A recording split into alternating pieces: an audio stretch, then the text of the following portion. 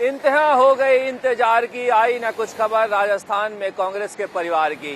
कहा तो जा रहा था कि 31 दिसंबर तक राजस्थान में कांग्रेस की कार्यकारिणी का ऐलान हो जाएगा, लेकिन किसी को पता नहीं चल पा रहा है कि अब नेताओं का नाम का ऐलान कब होगा, कि कौन सा नेता राजस्थान कांग्रेस में किस पद पर संगठन में बैठेगा।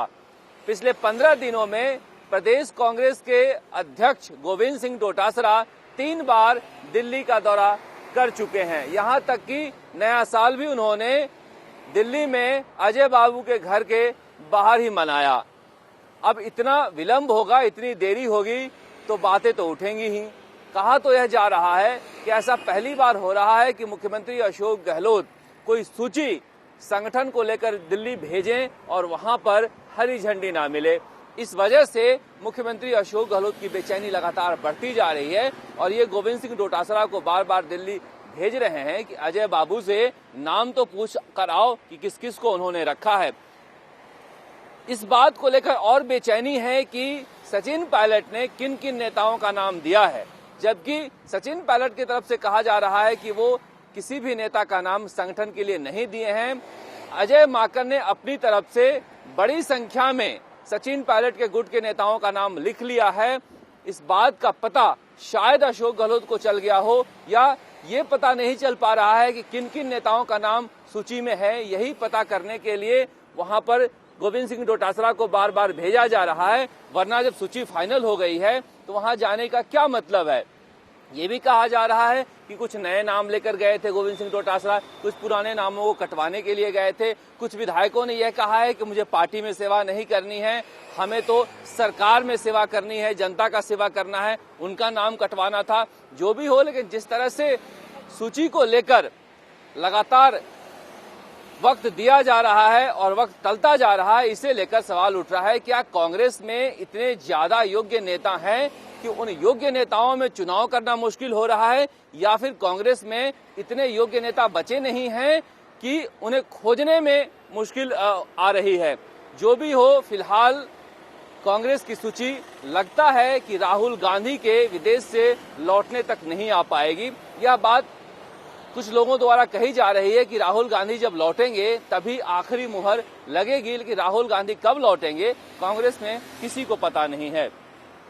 कुल मिलाकर ये सूची ऐसी बिरबल की खिचड़ी हो गई है कि जुलाई से ही किसी पार्टी का संगठन का कोई पदाधिकारी नहीं हो प्रदेश अध्यक्ष को छोड़कर, और वो संगठन नहीं तय कर पा रही है, तो समझिए कि किस तरह से मंत्रिमंडल तय होगा और किस तरह से राजनीतिक नियुक्तियां होंगी। दरअसल अशोक गहलोत ये चाह रहे थे कि गोविंद सिंह डोटासरा को स्टैंड लें और कहें कि इन नेताओं को हम रखना चाहते हैं और 2-4 लोगों को एडजस्ट कर लिया जाए, सचिन पायलट, सीपी जोशी, भंवर जितेंद्र सिंह के नाम पर। लेकिन डोटासरा बहुत राजनीति के चतुर खिलाड़ी हैं, वो सचिन पायलट की उंगली पकड़कर यहां तक पहुंचे हैं। सचिन पायलट के कोटे से मंत्री बने थे और इसी वजह से जाट समुदाय से आते हैं, इसलिए अशोक गहलोत ने उन्हें प्रदेश अध्यक्ष के पद पर चुना है। चुना तो इसलिए थे कि वो उनकी तरफ से सचिन पायलट से लोहा लेंगे, लेकिन डोटासरा जानते हैं कि उन्हें लंबी पारी तय करनी है, इसीलिए वो संभल के चल रहे हैं। अशोक गहलोत उन्हें दिल्ली भेजते हैं तो चले तो जाते हैं, लेकिन वो स्टैंड नहीं लेते हैं। वो सचिन पायलट से भी अपना रिश्ता ठीक रखना चाहते हैं, वहां भी दरवाजा खुला रखना चाहते हैं। वो जानते हैं कि उनके पास उम्र है, पार्टी के लिए कमिटमेंट है और एक चेहरा भी है कांग्रेस का युवा नेता के रूप में डोटासरा का। राजनीति के नए खिलाड़ी हैं, लेकिन अनुभव काफी ज्यादा है। अगर उनके पास आप बैठें तो देखेंगे कि जिस तरह से नेताओं में एक सहजता होती है उनके पास है। आपको याद होगा कि सचिन पायलट जब बगावत करने के बाद पहली बार जयपुर लौटे थे तो कमर तक झुकते हुए उनका स्वागत किया था डोटासरा ने आगे आकर मुख्यमंत्री निवास में, और उसी तरह से जब उनको प्रदेश अध्यक्ष बनाया गया था तो अशोक गहलोत का भी उन्होंने कमर तक झुकते हुए ही अभिवादन किया था। ये गुण है उनमें। दूसरा गुण और भी है कि जब उनके साथ आप निजी बातचीत में बैठो तो धारा प्रवाह गालियां भी देते हैं। तो एक जाट नेताओं का जो नैसर्गिक गुण होता है जिससे उनके जाति का वोटर जुड़ता है, वो समझते हैं कि जमीन से जुड़ा हुआ नेता है, तो वो गुण भी हैं इनमें।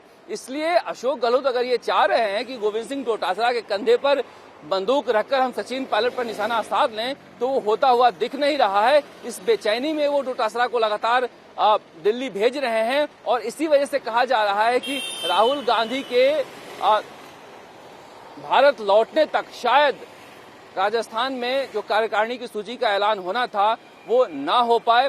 हालांकि कुछ लोग ये भी कह रहे हैं कि 4 तारीख का विशाल धरना था, इस चक्कर में टाल दिया गया है कि लोग धरने में बड़ी संख्या में भीड़ लेके आएंगे, लेकिन ये छोटी मोटी बातें हैं, इनको लेकर सूची नहीं अटकने वाली है। अब गोविंद सिंह डोटासरा ये कह रहे हैं कि मंथन चल रहा है और मंथन से अमृत निकलेगा, लेकिन गोविंद सिंह डोटासरा को समझना चाहिए कि मंथन से विष भी निकलता है और कांग्रेस में कोई शिव बनने के लिए तैयार नहीं है जो विषपान करे। ऐसे में विष भी इस मंथन के साथ रहेगा और अमृत को साथ लेकर चलने की जो जिम्मेदारी गोविंद सिंह डोटासरा पर आई है उसे निभाना इतना आसान काम नहीं होगा, क्योंकि कांग्रेस 2 बड़े पार्टों में बटी हुई है, सचिन पायलट और अशोक गहलोत के।